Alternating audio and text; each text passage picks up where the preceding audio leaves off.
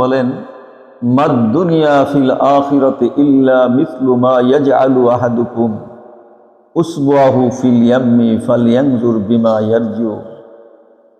তোমরা তো পারো না? আসছে আল্লাহু আকবার। মাদ দুনিয়া ফিল আখিরাতি ইল্লা মিসলু মা ইয়াজআলু আহাদুকুম উসবুহু ফিল ইয়াম্মি ফালইয়ানজুর বিমা ইয়ারজু। যে দুনিয়া এবং আখিরাতের সাথে তুলনা কেমন? ওই যে মাদ দুনিয়া ফিল আখিরাতি ইল্লা মিসলু মা ইয়াজআলু আহাদুকুম উসবুহু ফিল ইয়াম্মি। দুনিয়া আখিরাতের সুখ এবং দুঃখ, এই দুটো, দুনিয়ার সুখ দুনিয়ার দুঃখ, আখিরাতের সুখ আখিরাতের দুঃখ, এই দুটোর সাথে যদি তুলনা করতে চাও, তুলনাটা কেমন? এক ব্যক্তি ইয়াজআলু আহাদুকুম, তোমাদের কেউ ঢুকালো একটা আঙ্গুল সাগরের মধ্যে। কিসের মধ্যে? সাগরের পানির মধ্যে একটা আঙ্গুল ঢুকালো। ফালইয়ানজুর বিমা ইয়ারজি, এরপরে আঙ্গুলটা উঠে আনার পরে আঙ্গুলের সাথে কত টন পানি উঠে আসছে এটা তোমরা একটু লক্ষ্য করো। ঠিক দুনিয়ার যত সুখ আছে, দুনিয়ায় যত বাদশাহী আছে, আজীবন সারা দুনিয়ার বাদশাহী করছে, একক ক্ষমতা। দুনিয়ায় যত নারী আছে সব ভোগ করছে, যত মদ গাঁজা আছে সব ভোগ করছে, অসুস্থতা কোনোদিন স্পর্শ করে নাই। যত সুখ থাকতে পারে, যত সুখ থাকতে পারে, সব সুখ যদি একত্রিত করা হয়, দুনিয়ার কোটি কোটি জিন ইনসানের যৌবনের সুখ যদি একত্রিত করা হয়, দুনিয়ার কোটি কোটি জিন ইনসানের যদি রাজত্বের সুখ যদি একত্রিত করা হয়, সমস্ত সুখ যদি একত্রিত করা হয়, আল্লাহর হাবিব সাল্লাল্লাহু আলাইহি ওয়াসাল্লাম বলেন, আখিরাতের সুখের সামনে, আখিরাতের সুখ, এই দুনিয়ার সুখটা আখিরাতের সুখের সামনে সাগরের মধ্যে তোমরা একটা আঙ্গুল ঢুকালে যতটুকু পানি আসে এতটুকুও না। সুবহানাল্লাহ, সুবহানাল্লাহ। আর দুনিয়ার কষ্ট, যত কষ্ট থাকতে পারে, লক্ষ কোটি মানুষের যত প্রকারের কষ্ট হতে পারে, বিপদ হতে পারে, সমস্ত কষ্ট যদি একটা মানুষের উপরে চাপিয়ে দেওয়া হয়, সমস্ত কষ্ট যদি এক জায়গায় করা হয়, জাহান্নামের কষ্টের সামনে, জাহান্নামের কষ্ট এই দুনিয়ার এসে সাগর সম কষ্ট।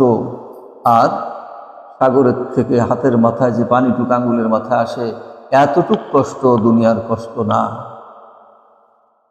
এটাই আল্লাহর হাবিব সাল্লাল্লাহু আলাইহি ওয়াসাল্লাম কত সুন্দর উদাহরণের মাধ্যমে বুঝাইছেন। আর আল্লাহ পাক কোরআনে পাকের মধ্যে বলছেন, ইয়া আইয়ুহান নাস, ইয়া আইয়ুহান নাস ইন্না ওয়াদাল্লাহি হাক্কুন ফালা তাগুররান্নাকুমুল হায়াতুদ দুনিয়া ওয়ালা ইয়াগুররান্নাকুম বিল্লাহিল গরুর ওয়ামাল হায়াতুদ দুনিয়া ইল্লা মাতাউল গুরুর। যে দুনিয়ার জীবন তো এটা ধোঁকা, দেখতে দেখতে চলে যাবে। জন্ম হইছে, আবার একদিন বুড়ো হয়ে যাবে। একটা মুহূর্ত, জন্মের মুহূর্ত, একটা মুহূর্ত, জন্মের মুহূর্ত, চারিদিক সবাই খুশি, খবর দেয় যে অমুকের ছেলে হয়েছে, অমুকের মেয়ে হয়েছে। চারিদিক, আমার আপনার জন্মের সময় চারিদিক খুশির সাথে সংবাদ ছড়িয়ে দেয়। আবার এমন একটা সময় আসবে, যার জন্ম হয়েছে এমন একটা সময় এসেই যাচ্ছে যখন চারিদিক খবর ছড়িয়ে দেওয়া হবে যে অমুক মারা গেছে, অমুক কি হয়ে গেছে, মারা গেছে। এই তো শেষ। আমাল হায়াতুদ দুনিয়া ইল্লা মাতাউল গুরুর। বাস্তবে সাহাবায়ে কিরাম এটা সঠিকভাবে উপলব্ধি করছিলেন এবং তাদের ঈমান খাঁটি, তাদের ঈমান খাঁটি, যার কারণে আমাদের সাথে তাদের কোনো তুলনাই চলে না। আমাদের চালচলন, আমাদের চিন্তা ভাবনা, যত বড় সুফি দরবেশ সাজি না কেন আমি, আমার মধ্যে অখাঁটি, আমার মধ্যে কি অখাঁটি। সাহাবায়ে কিরাম এখানে যা আছে হুবহু নকল, হুবহু নকল। কি করছেন তারা? যুদ্ধের ময়দানে রুটি রুটি চাপাতি রুটি দেওয়া হয়েছে। বিজয়ের পর বিজয় চলতেছে, বিজয়ের পর বিজয় চলতেছে। সেনাপতি পাহাড়ের টিলার উপরে দাঁড়াইছেন।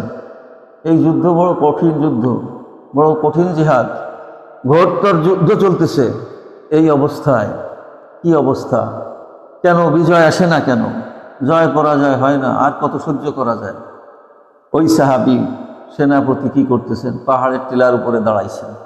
এই তোমরা সবাই আমার সামনে দাঁড়াও, আমার সামনে, আমার দিকে তাকাও। সেনাপতি বলতেছেন, আমির সাহেব বলতেছেন, আমার দিকে তাকাও।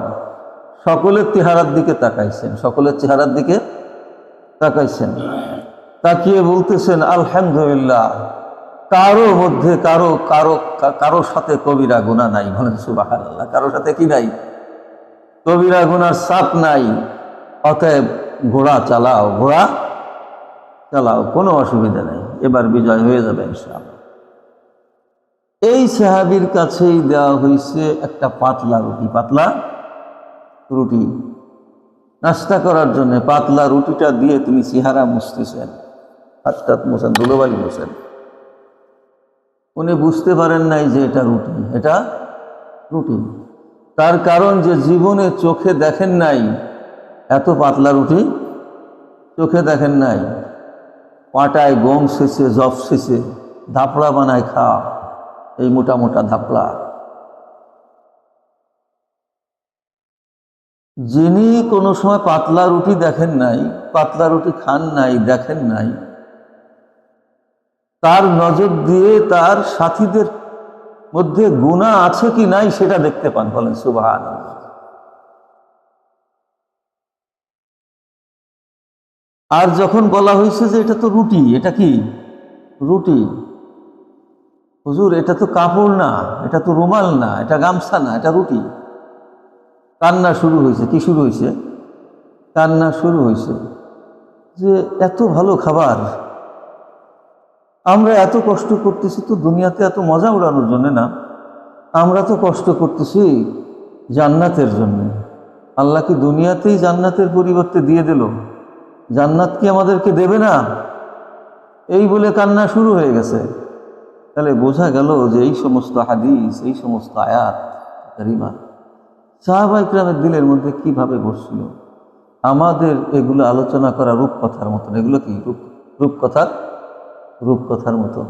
কিন্তু তারপরেও যদি আমরা একটু আলোচনা করি তাহলে কমপক্ষে আমরা তো শুকরগুজারি করতে পারবো যে আল্লাহ আমাদেরকে কত ভালো রাখছেন, কত ভালো খাচ্ছি, কত ভালো জায়গায় আসি, এরপরেও তো নেক আমল করতে পারি না। কত অজুহাত। আল্লাহ তাআলা আমাদেরকে বোঝার তৌফিক দান করেন। বলেন আমিন।